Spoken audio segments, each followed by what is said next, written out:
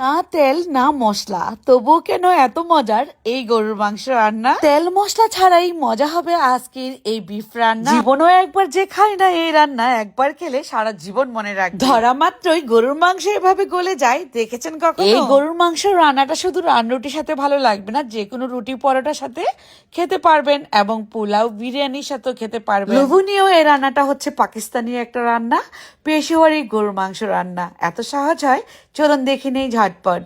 আমি এখানে হাড় মাংস সহ করে প্রায় 1.5 কেজির মতো গরুর মাংস নিয়েছি। এবার দিয়ে দিচ্ছি গোলমরিচ 15-20টা, রসুন আস্ত 2টা, কোয়া দিলাম 4-5টা, আদা ফালি দিয়ে দিলাম 15-20টা, একদমই স্লাইস করে ফালি করে। 8-10টা দিয়ে দিচ্ছি আস্ত পেঁয়াজ, টমেটো স্লাইস করে দিচ্ছি আমি এখানে প্রায় 3টার মতো, আস্ত বোম্বাই মরিচ দিয়ে দিচ্ছি আমি 4-5টা, আর দিচ্ছি কাঁচা মরিচ আস্ত 5-6টা, লবণ দিয়ে দিচ্ছি স্বাদ অনুযায়ী। এবার দিয়ে দিব খাঁটি গাওয়া ঘি, সরের ঘি, এটা আমার নিজের হাতের তৈরি ঘি, আপনারা এই ঘি নিতে পারবেন, উপরে নাম্বার দেওয়া আছে, কল করলেই পেয়ে যাবেন। ঘি দিয়ে দিলাম 4-5 টেবিল চামচ পরিমাণ। এবার দিয়ে দিচ্ছি 4 কাপ পরিমাণ পানি, ঢাকনা দিয়ে ঢেকে ঢাকনার ফুটাটা বন্ধ করে দিব। মিডিয়াম টু লো ফ্লেমে রান্নাটা করব আমি প্রায় 30 মিনিটের মতো। 30 মিনিট পর ঢাকনা খুলে আস্ত আলু দিয়ে দিচ্ছি 5টার মতো। আলু দিলে এই রান্নার টেস্ট দ্বিগুণ বেড়ে যাবে। ঢাকনাটা খুলে মাঝখানে 1-2 বার নেড়ে চেড়ে দিচ্ছি। এখানে কিন্তু কোনো রকম বাটাবাটি মশলা বা কোনো রকম আলাদা রকম মশলা দেওয়া লাগবে না।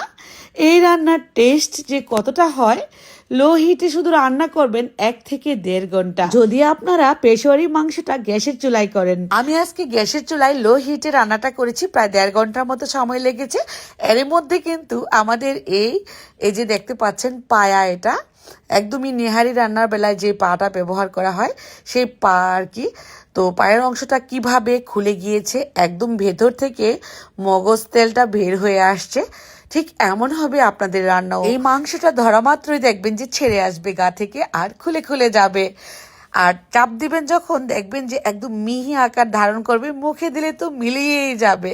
এত মজার এই রান্নাটা একবার হলো ট্রাই করবেন, আপনার বাসার ছোট বড় সকলেই পছন্দ করবে। এখন যেহেতু শীতকাল, এই রান্নাটা করে শুধুমাত্র নান রুটি বা পরোটা বানাবেন, দেখবেন যে 1 নিমিষেই শেষ হয়ে যাবে। এত মজার রান্না। হাতে নিয়ে এভাবে চাপলে দেখবেন যে মাংসটা একদম নরম হয়েছে, গলে যাচ্ছে, আর মুখে দিলে তো অমৃত স্বাদ। সাথে যদি আলু থাকে সেটা তো আরো বেশি মজার। আপনাদের কাছে আজকের রান্না কেমন লাগলো অবশ্যই কমেন্টে লিখে জানাবেন।